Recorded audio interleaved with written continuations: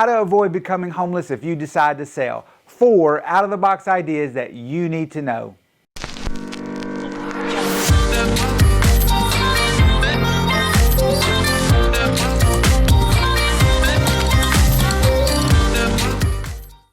Hi, I'm John with the Hishmeh team at Coldwell Banker Legacy. Thank you for joining me in my soapbox moment. So you're thinking to put your house on the market, but scared to do so without having another house lined up. It's a fair question and a fair concern in this market. If you put a sign up, you better have your ducks in a row. Here are 4 out-of-the-box ideas to help you avoid becoming homeless if you put a sign in the yard. First, can you get approved to buy your next house without first selling yours?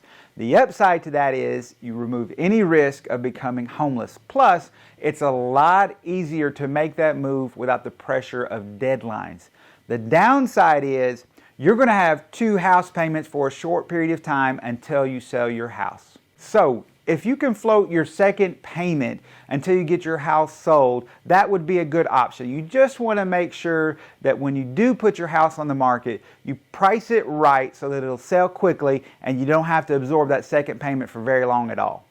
Another way of getting this done would be to do a bridge loan, which is basically one big loan for both houses. We do have some local lenders that still do these type of loans, and essentially they let you borrow up to 90% of the combined value between both homes. The downside is your rate is probably not going to be as good, and you're going to want to refinance once you sell your old home, essentially costing you a little bit more, but it can be a means to an end. It might help you avoid the risk of becoming homeless by doing a bridge loan. Number 2. So if having 2 house payments or doing a bridge loan is not a good option for you, another option would be to negotiate longer closing times or possession times. Now, sometimes sellers won't go for this, but in this market, you certainly have a little more leverage in accomplishing that if you want to negotiate it into your contract, essentially buying you more time to find your next home.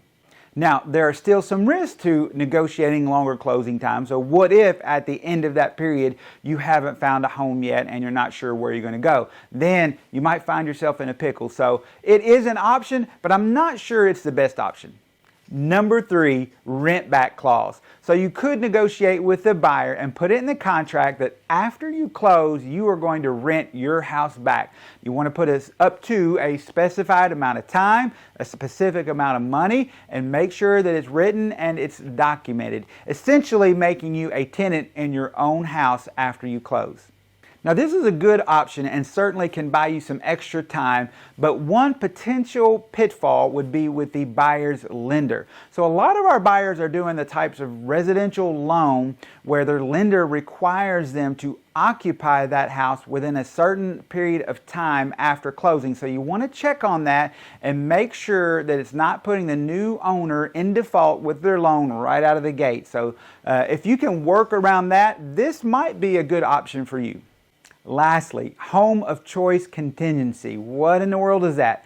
It is basically a clause in your contract that says to Mr. or Mrs. Buyer that you intend to look for your next home and you've got a very specific amount of time to do that in. And if during that time you don't find your next home, you guys can cancel your deal. Now, you might both still choose to extend your deal in that case. You don't have to cancel it, but it allows both parties to walk if necessary if you don't find your home in that amount of time. So the home of choice contingency is rarely used because it's hard to find a buyer who will be open to those type of terms. But in this fast-moving market, it might be possible to find a buyer who will consider it. Those are 4 out-of-the-box ideas to help you avoid becoming homeless if you decide to put your house on the market. Yes, there are pros and cons to each of them, but they can be a means to an end. Thanks for watching, and please remember to hit that subscribe button. Talk to you soon.